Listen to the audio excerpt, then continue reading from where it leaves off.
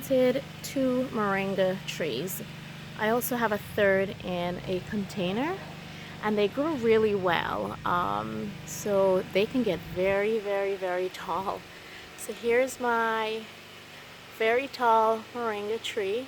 Okay, see there are the leaves. So right now there are no pods on them. And I also have right next to it another moringa tree that I actually gave it a trim about a month ago. See, I cut off all of those limbs. You see it put out new shoots, and so there it is. Very, very resilient tree. You really can't kill this. It's really, really hard to kill.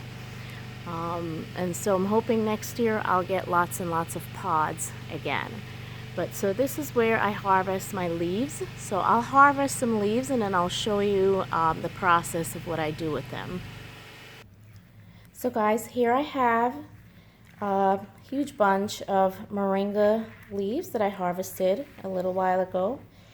And so basically what I do with this, I will wash them. So I wash them and then I usually pat them dry, okay? The water doesn't stay really well on the leaves, so that's moisture is not a problem as long as you just pat them down. And once you're done doing all of that, like just wash them and dry them, I further take them off of this really big stem, right? So this is what they look like. And then I'll just clip them off of here. So I'll just take them all off, okay?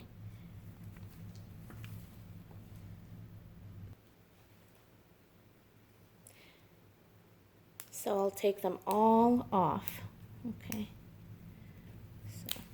So this is what it'll look like, okay?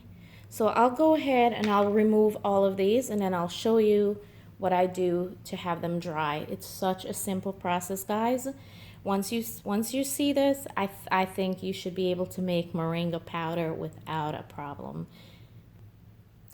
If you don't want to take all those stems off, you can just lay them. So what I do is I'll get a long tray, a flat tray, any kind of sheet. It could be a baking sheet, any kind of long basket that you have. What I did with here, I lined it with a paper towel because I don't really want the leaves to, when they start drying, it could fall out, okay?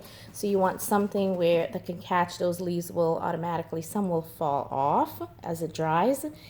Because every few hours or so, this is going to start to dry so fast.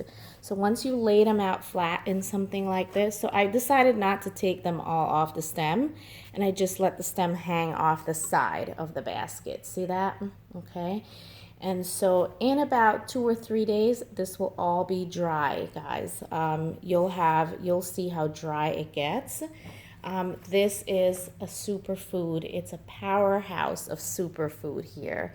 It has about 92 nutrients. It's rich in calcium, potassium, vitamin A, amino acids. It has actually 6 times more polyphenols than wine. So guys, if you're watching this, you probably already know all about moringa. So I'll show you once it's dried how easy it is to make this into a powder for you to utilize in smoothies, over your food. You can put in any which way you would use. You could fill capsules. I know people have taken the powder and fill them in capsules and just take them as like a vitamin each day. Okay, so let's show you that process. So once it's dried, this is what it'll look like once you take them off. So you'll just take them off the stem, and this is what you're left with. And these leaves, you can actually just make tea, okay? Or you can just sprinkle on anything that you want. You can put them in, I sometimes put them in wraps. I'll just sprinkle them in my wrap just like that. Or I'll take it just like that and add it to my smoothies. But let me show you how to make the powder from here. It's so simple. After this, you're going to be making moringa powder, I promise. So guys, I'm going to be using my Nutribullet here to make this. You can do this in any blender that you have.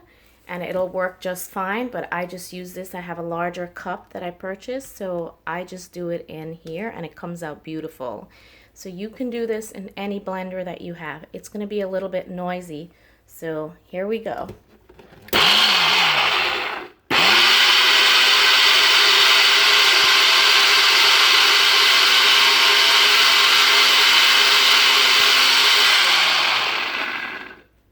I think we have powder, but just in case.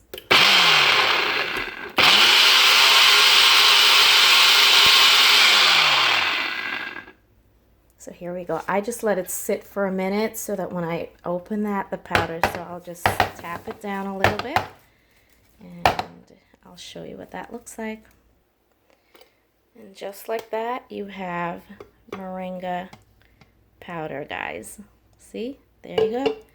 And so you'll do that until all your moringa is grounded up. Here you go. See, look at that. Moringa powder, all homemade from one little seed planted in the garden, okay? And then the pods are used for soups, stews, and curries. But this is how simple it is, guys, to make moringa powder. So there you have it, my friends. Fresh, grounded moringa powder, homemade.